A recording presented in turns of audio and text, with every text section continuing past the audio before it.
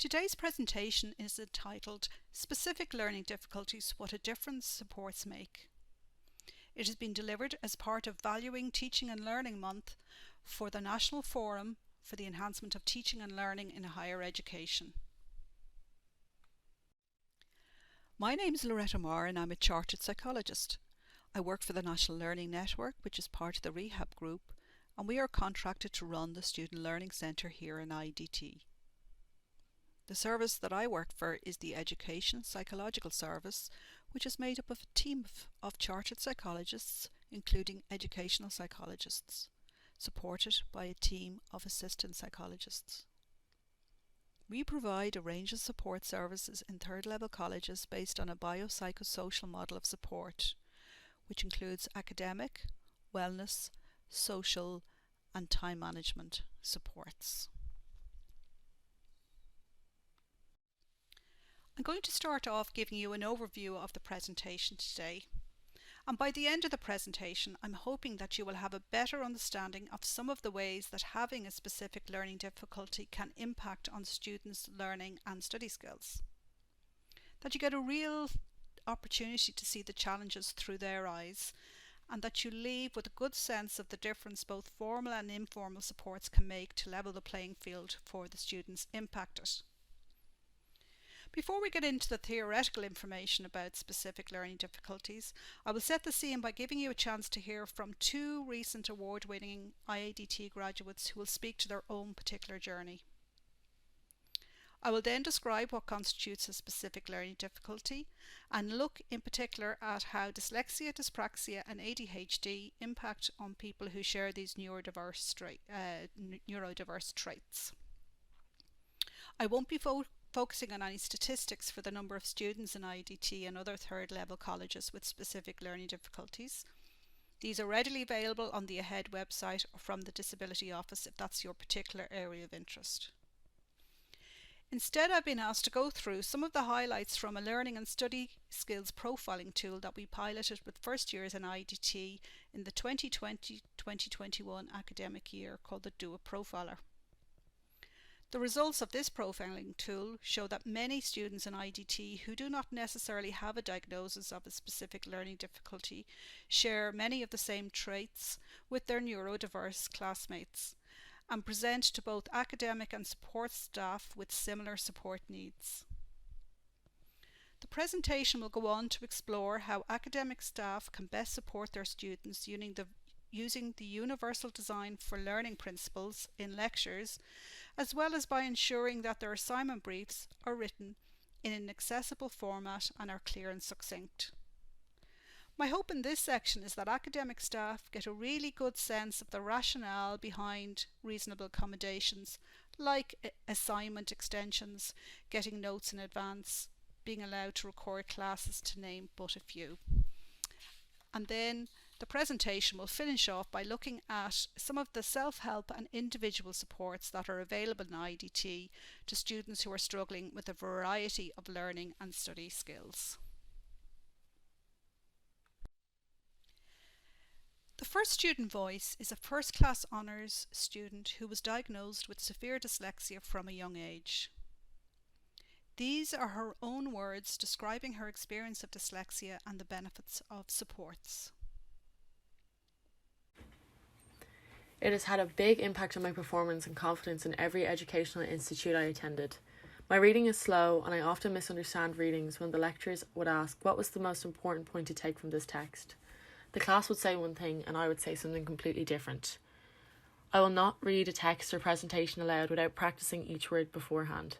The only way to help myself was to stop pretending like dyslexia didn't exist. My advice to anyone in the same situation is to learn about your areas of difficulty. For me, this was reading and essay structuring. From there, you can learn the tools and supports you need for your specific difficulties. The Student Learning Centre and the Disability Support Services are a great source too. There are also the likes of Grammarly. Everything I write goes through Grammarly, and I look up keywords when reading text by pushing Ctrl+F. This means I bypass lengthy text that would have worn me out. The best piece of advice I found for my academic work was a proofreader. This can be somebody who is a friend from college, a willing friend by your side, or a family member. This helped me understand the standard needed to be able to learn how to proofread for myself. Once I understood my dyslexia and had the tools to compensate, and this took years of avoidance, then I was able to excel in all of my areas of study. Next, we're going to hear from Pathet Simmons. Pat came to IDT as a mature student to study art. He left school at 14 and was only diagnosed with dyslexia when he came to college.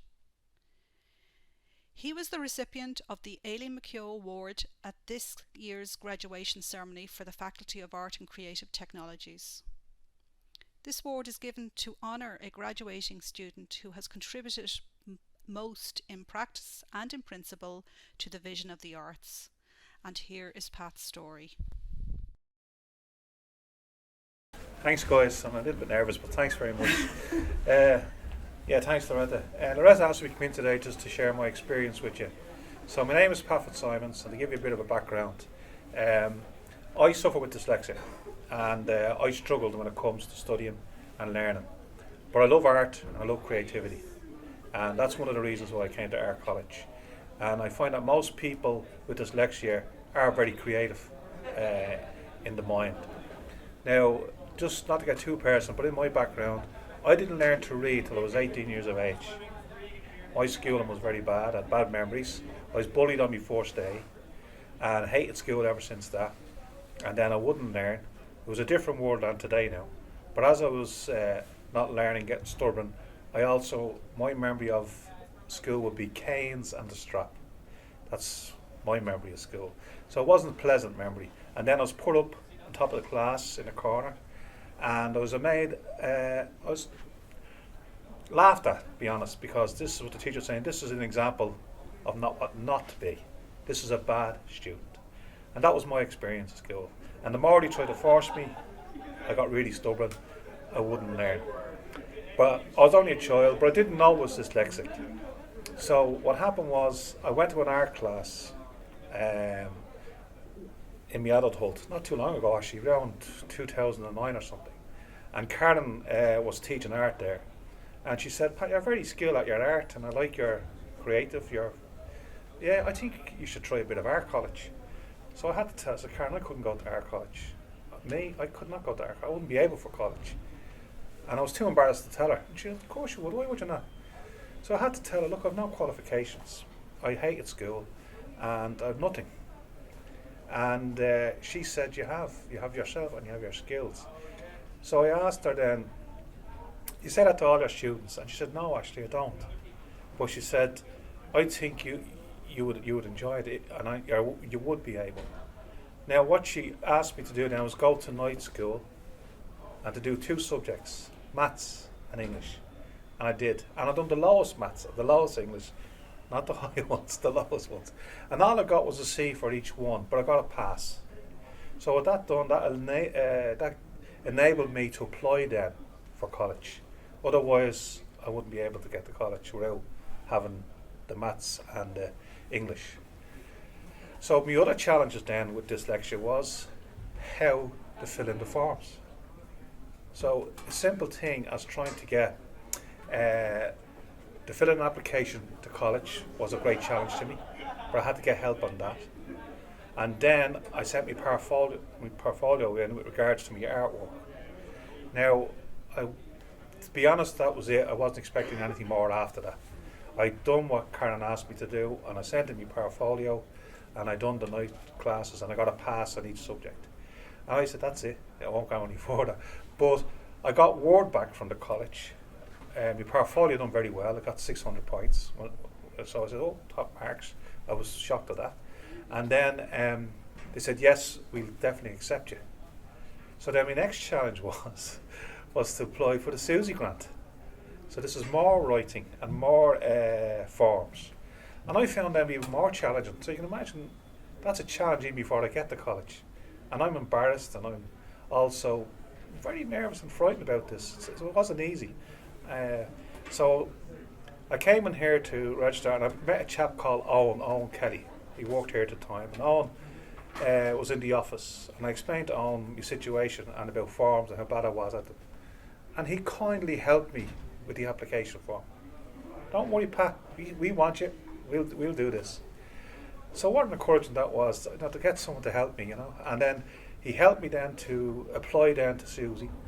I got the grant, and then I started college here. My fear, believe it or not, every day I was frightened. Do you know what my fear was? To be a dropout. Was I going to walk out the gate? I wouldn't be able for college. That was a terrible fear I carried. And I really thought that was going to happen to me. But I loved the art practiced. I loved meeting the students. I loved, started off with drawing and painting. I ended up doing sculpturing. And when it comes to hand, I've been creativity on my notebooks. Loved all that. And even love learning and research. Love all that end of it. But as soon as it come to academic or writing, or even taking notes, I was nowhere at that. But I then was advised to go to the student centre, the students learning centre, and look for support. And when you're dyslexic, it's very embarrassing to tell people, look, I'm not a great student. My reading is very bad. My writing is not the best. And I always felt a little bit small in college, because to me, college is only for people, intelligent, smart people. Definitely not for me. And I felt that. But when I got to know the staff and the tutors here, and of course Loreto, through support, I realised they were there to support me. So sometimes, it could be fear stopping you going in the door to ask for help. We all need help, trust me. We all need help. But getting through that door could be tough. But my advice would be, use support. Ask them for help. And get to know them. Because when they get to know you, when you get to know them, you'll also get to know each other's strengths. And then especially if you're suffering, like me, dyslexic. And they know then the areas to help you on. And I found that with Loreto. She got to know me. She knew my research was there. I loved learning. Even now I still do research with art. I love all that on the internet and learn. The part I struggle with, putting it all together, and then trying to, when I was told then about the academic side of college, this was the most frightening, was the thesis. Oh, the thesis frightened me. Thesis, that's essay. Oh, that's writing academic. Because even trying to get a thesis together was a struggle for me. Don't mind what to put into it. So then, because I worked at the building all my life, I was a plasterer by trade, I was good at being organised, and I'm good at my hands, but academically not so good. But when I realised then that Loreto gave me a lovely little book, I thought, this book here actually, you're actually a good writer. It's a very simple book. It's like a child's book, to be honest. I don't think they publish it now, do they? No, it's been stopped. But they stopped publishing it. I have a few copies. But it's all about thesis, and what it is, it's about putting thesis together. It's like a blueprint or a map of how to do a thesis. To me, that was a great help, because that was a challenge. I didn't know what a thesis was. The word thesis was the first time I heard it in college. Referencing, very hard. Didn't know referencing, still struggle with it. Putting things in paragraphs, subheadings. And that was just my first, I think the first 3 years, you do your essays. I think it's your first half and your second half of each term. And the one I was really terrified about, and the one that I'm so grateful for Dr. Thomas Duffy and Dr. Tina Kinsley and of course Loreto and the support centre, was facing the thesis. Now, is it the 10,000 words? Is it? 8 to 10. 8,000 words. Oh, that was a mountain to climb. But I could do it with support and help. I knew I had the intelligence. I knew I had the creative mind. I knew the research was there. I just couldn't put it on paper. And that's where I needed help. Now, we all know our own strengths. We all know, how good we are. But if there's an area you need help, please ask for it. And don't be embarrassed, because there's many of us. I didn't realise I was dyslexic only until I got to college here. It was one of the tutors who noticed it. I said, Pat, I think you should be checked out. So what they did was, one summer they asked me to come in, and people from the outside came in to test me for dyslexic. And it turns out I was. I never knew, but I was. And it sort of made sense to me then because I couldn't understand when I was in school, because I was good at art, it got me in trouble on the other subjects that I wouldn't do or I wasn't able to do. And that's how I even got more of the cane and the strap, because they said to me, I had brains to burn. That was their words. Look, we know you're there, we can see it in your art. Don't try to fool us. But it wasn't trying to fool them. Art was something I loved. I loved drawing and painting since I was a child. I still have it. It's like the child inside me, you can say. But when I came to IDT, the only thing I could say about this college, I have great love and respect for it, because I did graduate it. I did get my Bachelor's of Honours. I think it was a B plus or B, something like that, in here I got. But the cert I have at home, I was told to put it in a frame, hang it up on your wall, Pat, because you achieved that. That's yours. No one can take that away from you. And the reason I'm saying that is because one of the things that I find with dyslexic, you suffer with confidence. You don't have confidence in yourself. And but when you look at achievements and things you can do, and especially when you start to do it, I suppose, in steps, it does build you up a little bit, and it helps you say, no, hang on, I am worth something. I do have a voice. I can learn. I can do my best, and that's the thing. Now, I wasn't worried about marks, A marks, and that wasn't my goal. My goal was just to get a degree, and to pass, to do the 4 years, and not to walk out that gate. There was many days I thought about it, but one of the things that was said to me, Pat, if you ever think about walking out that gate, and you feel the pressure on you, and the panic, because I do suffer with anxiety, I'm actually on medication for it, so I can get panic attacks. But if you feel that way, don't go out the gate. Tell us first before you go. And that was great advice, because then you see, I knew I then had someone that could say it to you, how I was feeling. And but thankfully, I didn't go out the gate. And just the 27th there of October, we were here when we had the graduation. And it was just, to me, if someone said to you, Pathet Simmons in college, Pathet Simmons a degree, they would never believe you, especially the Pat they know. So all I'm just saying, and also if you have dyslexic, another thing to tell you is, when it comes to college, the work will be twice as hard. You have twice the load, because you will have to work that bit harder. Like, I was just looking at the programme, and I agree with a lot of things we're saying there. Even a new word can just put a stop. When I get a new word, that's it, I'm stopped on my tracks. And even though I have all these ideas and research, that all goes blank. Oh, what's this word? It frightens me.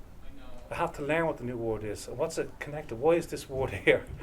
And that brings me off then to different directions. And sometimes then you can lose yourself. But the thing is, the support then, what brings you back. And I agree, one of the things that Loreto said is very important, that your research and what you present to Loreto, it's not about proofreading. You have it. Just research it. It's only just because academically you can't put it on paper. That's where the support will come in. That's where they'll help you. So I'm only just here to encourage students that please believe in yourself. Don't worry about degrees. Just do the 4 years, get the degree you want, and keep progressing. We're all still learning. You're never too young, you're never too old. And that's what I've learned in IDT. Even now, in my art practice, I research. Sorry, No, I'll just leave it at that. But I just want to say, I just hope my voice might be of some encouragement. I'm just a student, I'm nobody special, but I just thought I'd share my experience with you. The hope that it might give you strength to go on with your college, and I wish you all the best, and I hope you do get your degree like I did. Thanks.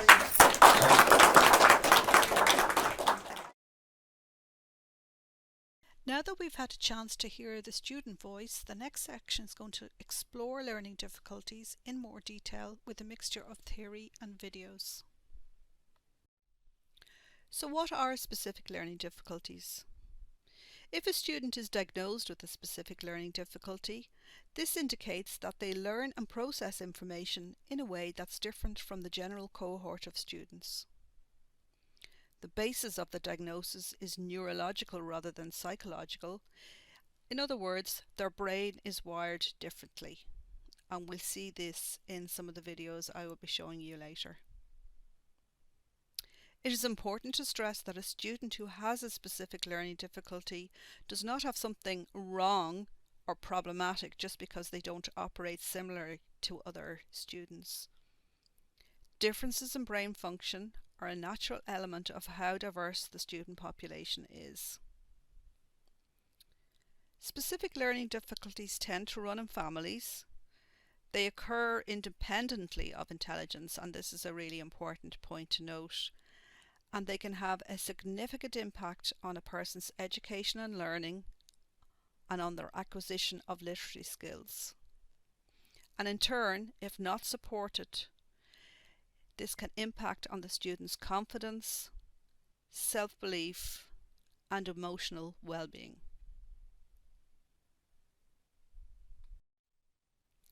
Now I'm going to look at dyslexia and show you a short video to explain it. I will follow that video with a summary of some of the typical features of dyslexia.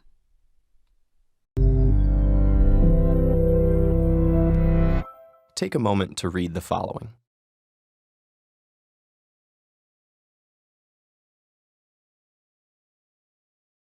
How was that? Frustrating? Slow? What were those sentences about? They're actually a simulation of the experience of dyslexia, designed to make you decode each word. Those with dyslexia experience that laborious pace every time they read. When most people think of dyslexia, they think of seeing letters and words backwards, like seeing B as D and vice versa, or they might think people with dyslexia see saw as was.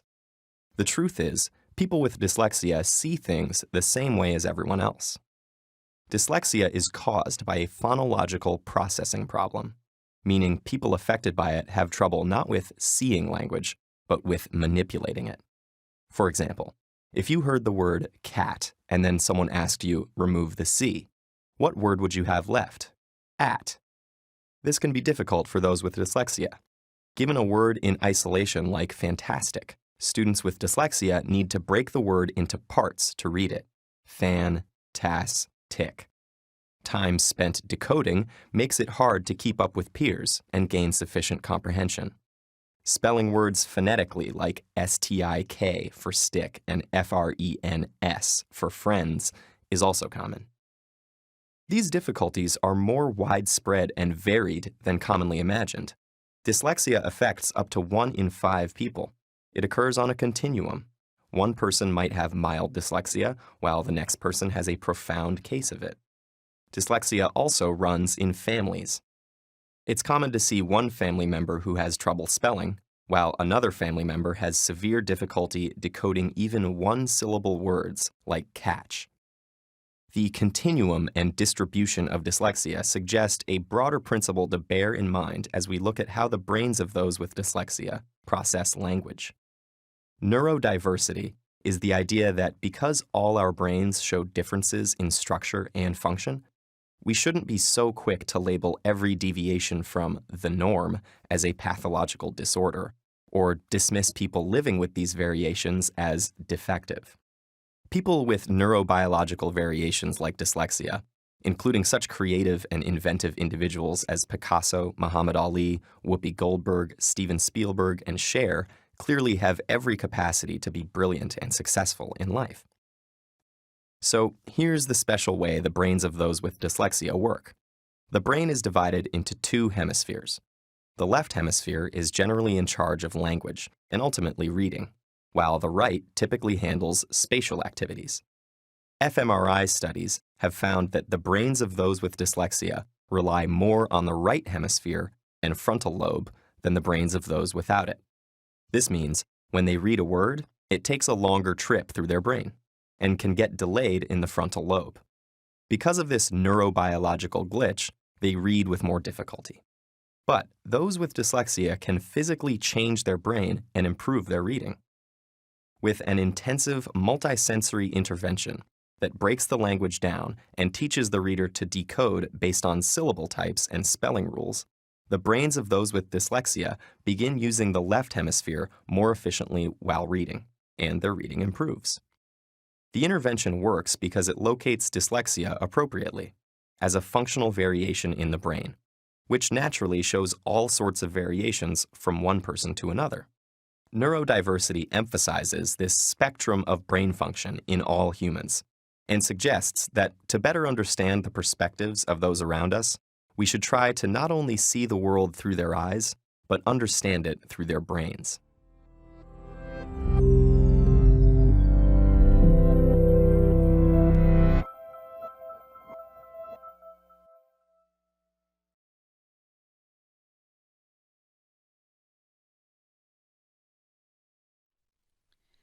Typically, students with dyslexia have a significant discrepancy between verbal and written performance. They know what they want to say in their head, but they struggle to get it down on paper. They have problems expressing ideas sequentially. Many have poor organisational skills. They have a slow reading speed, so they often have to reread information to assimilate it. You'll notice they often spell common words incorrectly. And when they're writing, you will often see long paragraphs that look like a single sentence. Now I'm going to look at dyspraxia and show you a short video to explain it. Hello, I'm here to talk to you about dyspraxia. Dyspraxia, otherwise called Developmental Coordination Disorder or DCD, is a neurological difference mainly affecting movement and coordination. It's present from birth and is lifelong and can affect anyone no matter their gender or sex. It affects around 5 to 6% of the population, which is roughly 1 to 2 children in each class of 30 students. So, how does it affect people? Dyspraxia presents differently in different people, but mainly affects the ability to perform fine and gross motor skills. Writing by hand, tying shoelaces and doing up buttons can be difficult and might take more time and effort than other children. Dyspraxic children can struggle with playing sports or walking upstairs, and they may bump into things or trip over more often. Some people may also struggle with organisation, planning, sensory processing and executive function. As people get older, they may have difficulty performing day-to-day activities like driving, cooking and putting on clothes. It isn't a learning disability, and it doesn't affect intelligence, but without the right support, it can affect learning, and the physical challenges of DCD can be accompanied by emotional ones too. Sadly, dyspraxia can still go unrecognised in education and healthcare settings. Without recognition, dyspraxic people can be mocked or misunderstood by their peers, or be told that they need to work harder. This can be frustrating and make them sad. However, dyspraxic people can be smart, hard-working, creative and determined. With some understanding from those around them, they can really flourish, and a little extra support can go a long way. If more people are able to understand what dyspraxia is, we can ensure that people will receive the right support if and when they need it. Together, we can create a happier and healthier environment which is better for everyone.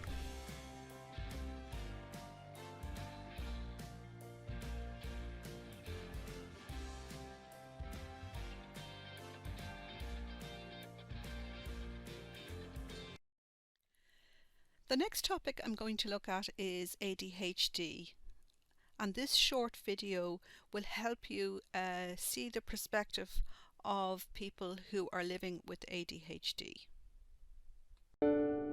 I asked people with ADHD one question. What do you want the world to know about your ADHD? This is what I want you to know about my ADHD. It takes me a lot of hard work to get my work turned in on time.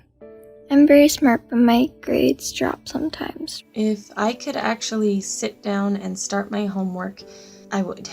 But many days I just can't, and struggling with something so seemingly simple tends to make me feel very frustrated or even stupid. I'd like the world to know that there are people like me out there who get good grades, rarely get in trouble, and yet can and do have ADHD and struggle with the symptoms that come along with it. Just because you can't see it doesn't mean that it isn't there. My ADHD affects every aspect of my life, from sleep to school to work, all of my relationships, and I have to tailor my entire life around having it. It doesn't always look the same. I was only diagnosed at 25 because I have the inattentive type. I'm basically hyperactive. I was diagnosed at the age of 7. I wasn't diagnosed with ADHD until I was 38, so I always thought you need to be hyperactive to have it. I've filmed this video too many times now, and I can't get it right, and it's really stressing me out now. I try really hard, and it hurts when people act like I'm not trying as hard as I am. But the worst part is when my symptoms aren't taken as symptoms, they're taken as behaviors, done intentionally to upset someone, or considered that I don't care, and that's never been the case. Whenever you think that I intentionally tried to hurt you, I didn't. I probably just screwed up. I'm at least as frustrated as you, and probably even more. When I say I forgot, I'm not lazy, I'm not just trying to make an excuse. It's a real struggle, and I'm probably even more pissed off at myself than you are at me. There is a giant flipping war going on inside this head. I really am trying. When I use my accommodations, it's not me trying to take the easy way out. All I'm trying to do is level the playing field so that you and I have a lot more even chance of success. When you see me arranging my pens and pencils according to color, it's because my brain is trying to compensate for the chaos within. I squeeze some Play-Doh in my hand and help me concentrate on what I'm doing. I moved to a special spot in the classroom for tests because I can't block out noises and distractions like you can. While I'm staring off into space, it doesn't mean I'm stupid. It doesn't mean that I'm not listening to you. Normally it means that you've triggered a really interesting thought which my impulsive brain can't help but chase. Having ADHD is like having a billion trampolines in your head, each representing a thought, and your brain just jumping off each and every one every second. I don't think about ADHD as a disorder. I take it as more of a different way of thinking. I know my brain works differently, but ADHD can give me an advantage with what I'm doing. It may take me a while to come to a solution. It tends to be really different than everybody else's, and a lot of people appreciate that. I've been told my whole life I need to be fighting my brain. I'm learning now that I need to love and work with my brain. It's not an excuse, it's an explanation, and it's something that I'm going to continue working on for the rest of my life, and that's okay. I'm smart, but ADHD makes focusing hard and hides my capabilities. If I'm given the chance, I can achieve more. To meet this amazing community and learn more about how to support them, please visit howtoadhd.com/howtohelp. Please share. Also, sticky notes. Yay!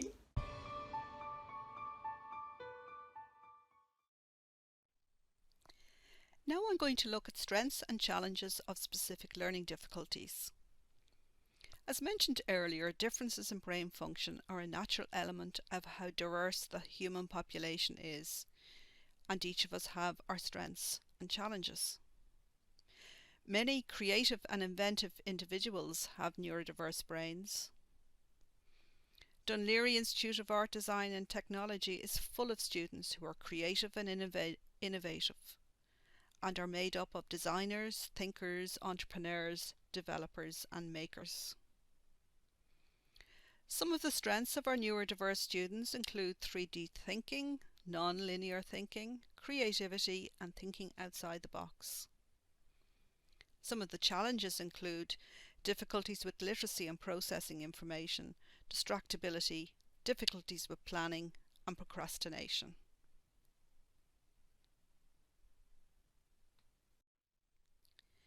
This year, the Student Learning Centre applied for funding from the FSD Underspend to trial an evidence-based online learning and study skills profiling tool called the Do It Profiling Tool.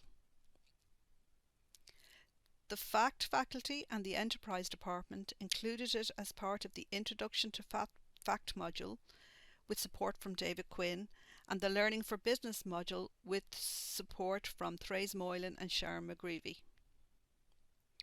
Each student received an individualised report with strategies to address the challenges identified and also to highlight the particular student's strengths. Each department head, in fact, and enterprise received individual class reports and class profiles. Feedback from both students and staff on these reports was very positive. By embedding the Do It Profiler into the FACT Introduction to FACT module and the Enterprise Learning for Business module, this ensured a great response from students. There were 409 students in total in these class groups, and 340 students took part, which is pretty good, and that represents an 83% of students who completed the Do It profiler. Now I'm going to look at feedback from the results of the study skills section of the profiling tool, as there were some interesting findings. I'm going to focus on 4 areas, as these are key areas for academic success, namely reading and writing basics, reading for understanding and critical reflection, note-taking and planning for writing, and time management and organisation. And bear in mind that many of the students who responded did not have a diagnosis of a specific learning difficulty, yet share many of the traits. In this first slide, you can see that 41% of students said they had many or significant challenges with reading and writing basics. This included challenges with reading quickly when studying, having to reread paragraphs more than others, having difficulties working out the meaning of unfamiliar words from the context, likely to make spelling and grammar mistakes in essays, and they don't tend to ask someone else to proofread the final version of their work before turning it in. 39% of students said they experienced many or significant challenges with reading for understanding and critical reflection. These difficulties include difficulty summarising research or reading materials for their coursework, difficulty comparing new knowledge with their previous understanding of the same idea. They report lacking confidence selecting suitable material when preparing for an assignment, lack confidence finding evidence in an article for conclusions drawn for an assignment, lack confidence in their ability to present others' viewpoints as support for their own position, and they are less likely to use highlighters and underline when working with books or photocopies. Another area of challenge is note-taking and planning for writing. 40% of students reported many or significant challenges with this. They reported difficulties keeping up when taking notes in class. They're less likely to make notes as they read. They lack confidence pulling together ideas so they flow through their assignment and are reflected in their conclusions. They've difficulty organising their thoughts and getting them down onto paper. They are less likely to plan an essay before they start writing the first draft. Less likely to use tree structures or drawing or graph ways like brainstorming spider diagrams or concept mapping to plan essays. They have difficulty understanding their lesson notes when they read them later, and they're less likely to keep their notes in an organised way. Finally, the last area I'm going to report on is organisation and time management. 42% of students reported many or significant challenges with organisation and time management. They reported that they may not study in an area that optimises the way they learn. They may have difficulty keeping up with homework and assignments, difficulty defining and sticking to their study goals. They may have difficulty deciding the order of importance to do things, prioritising, and they may not keep a calendar of personal activities, long-range assignments, exam dates, etc. Now that we have identified the strengths and challenges not only of our neurodiverse students but also many other IDT students, I want to take a look at some areas that academic staff can consider to ensure an inclusive learning environment for all. This is a whistle-stop tour, but there are resources at the end of this presentation if anyone wants to explore this further. So I'm going to start off with a short video from ahead introducing universal design for learning, and that'll be followed by a short video from DCU on universal design for instruction, and that will be from the student's perspective.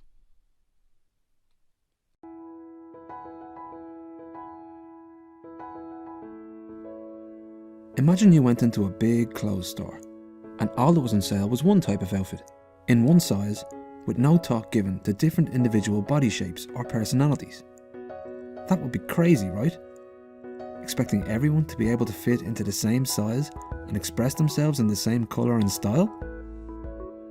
Yet in many cases, that's exactly what is happening in our education system. When it comes to learning, variability is the rule, not the exception, and our college campuses are now grappling with the demands of an increasingly diverse cohort of learners, with increasing numbers of international students, students from different cultural and socio-economic backgrounds, mature students, and students with disabilities. Despite this, curriculums are still designed for the mythical average learner, and all are expected to engage and learn on the same terms. Not enough flexibility is built in at the design stage to give all students equal opportunities to learn in ways that play to their own strengths. So, how can our institutions respond to these challenges? Enter Universal Design for Learning, or UDL for short. UDL is an educational framework that guides the design of learning goals, materials, methods and assessments, as well as the policies surrounding these curricular elements with the diversity of learners in mind. The framework was developed by US organisation CAST and is based on research in the field of neuroscience. It promotes 3 core principles for educators to build into their teaching practice, calling on them to provide students with multiple means of engagement, representation, and action and expression. The framework includes a set of guidelines on how you can turn these principles into practice, for example, by fostering collaboration with the introduction of group work with clear goals, roles, and responsibilities, by using different types of media to support learning and ensuring that all materials are accessible, and by providing a choice of assessment instruments while maintaining robust learning outcomes. You are probably already including some UDL elements in your practice without realising it, and there's much more to explore. So don't be afraid to let Universal Design for Learning give you a new lens through which to look at your teaching and learning practice and help you to better reach all of your students. For more information and resources, visit ahead.ie/UDL.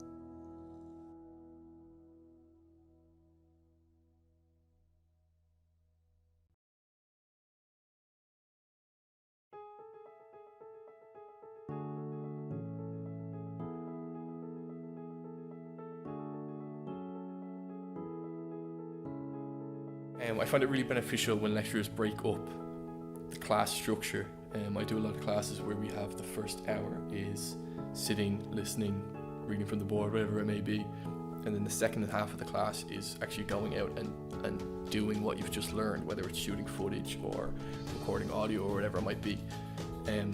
At the same time, then it's great when lecturers give you the option to deliver your assignments in a different way. I struggle with essays quite a bit. I struggle to get my point across. I just repeat all the time. But I pride myself on my presentation skills and just being able to stand up and speak in front of a room. So it's really great when lecturers give you the option to be able to choose what delivery suits you best so you can get the best result.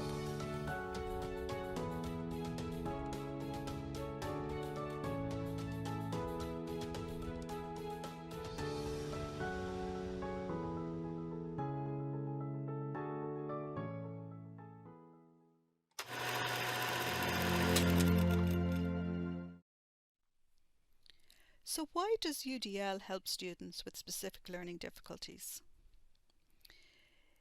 In this slide, I've just picked out 2 examples of challenges that neurodiverse students experience and explore how UDL can help ensure inclusive learning. For students who have a significant discrepancy between verbal and written performance, UDL can help by giving students opportunities to present their work verbally for class and assessment, and that will be helpful.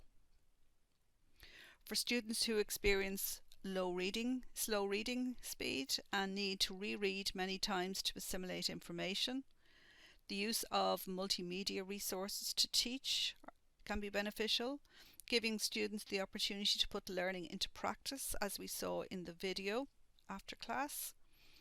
put multimedia resources on research lists like videos, podcasts, etc. And then apply reasonable accommodations for students who have a profile of needs from the Disability Office. The good news from an IDT perspective is that many of the practices of inclusive learning and assessment are already incorporated into our programs, and there is a link here at the end of the presentation to the IDT Inclusive Assessment and Feedback project. And that has some really interesting case studies from IDT and UCD on universal design in the classroom.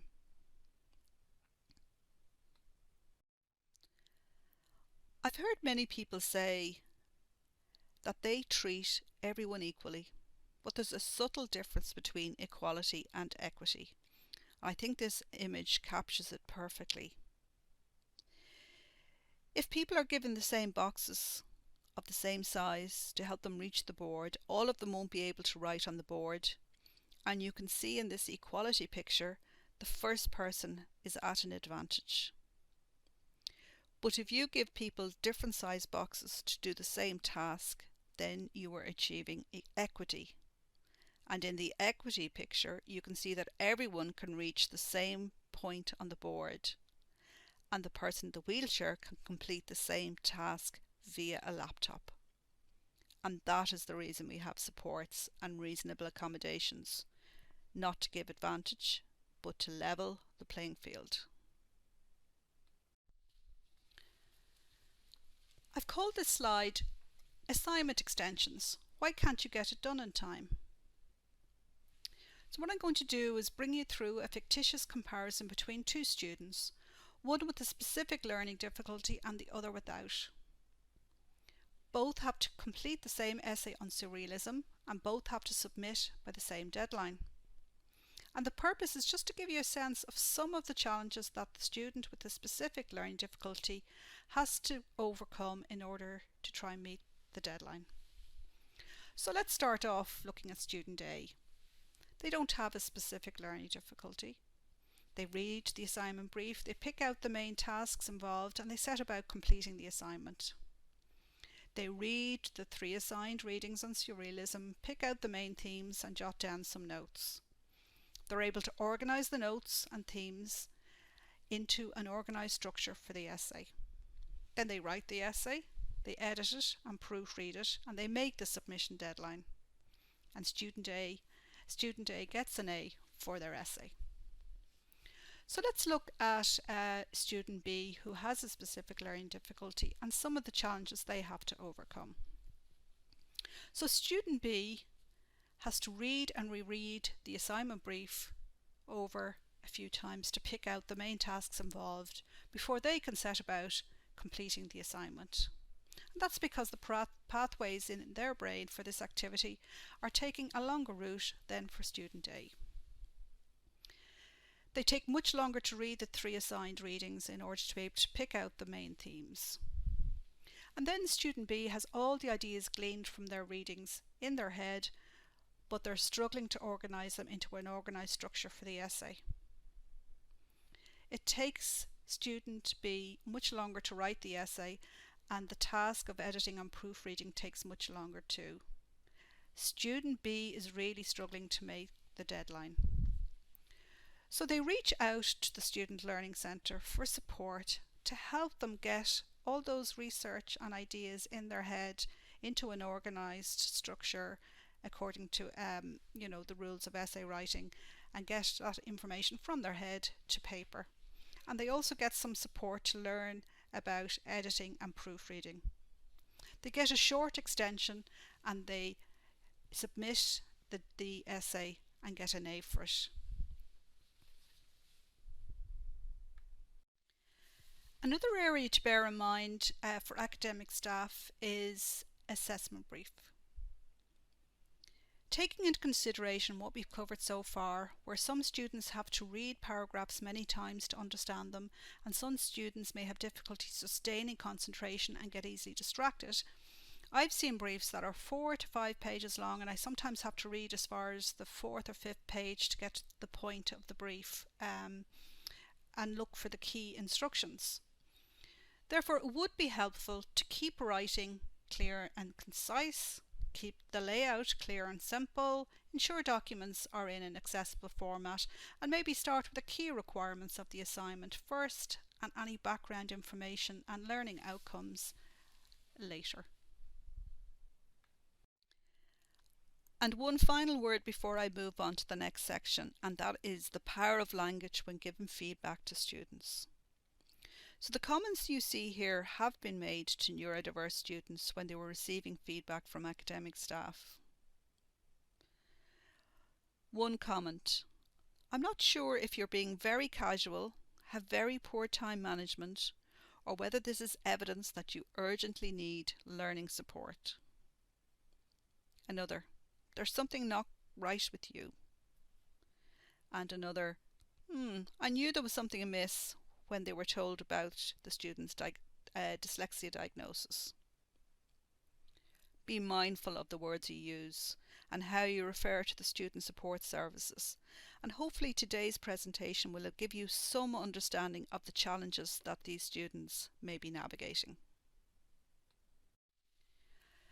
I'm going to finish the presentation by looking at the student supports that are available for students in IDT.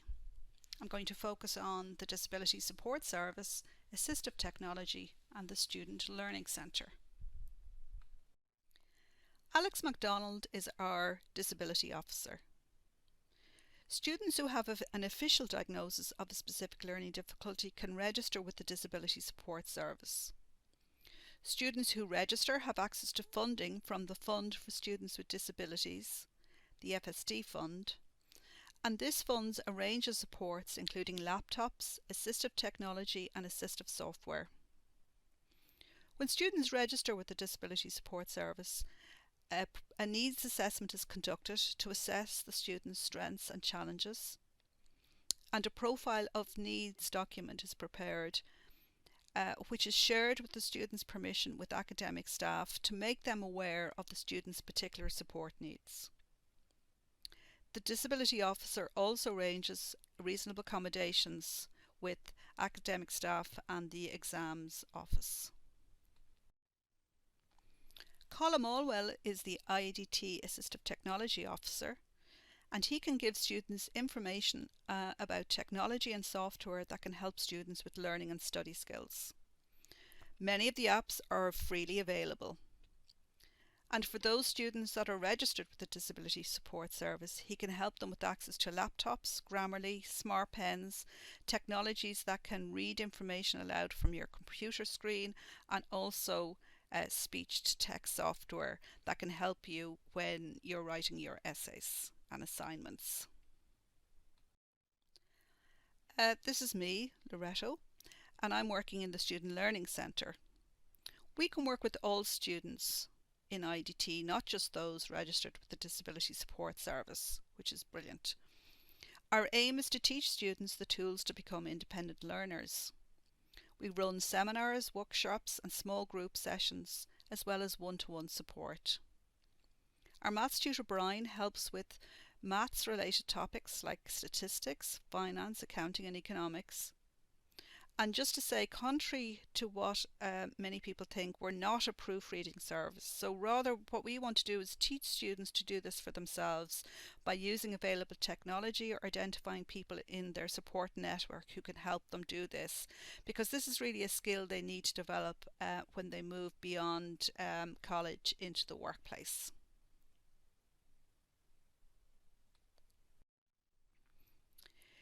You will recall from the challenges experienced by our neurodiverse students, as well as many students who completed the DUA profiler, that they experienced challenges with reading and writing basics, reading for understanding and critical reflections, note-taking and planning for writing, and time management and organisation.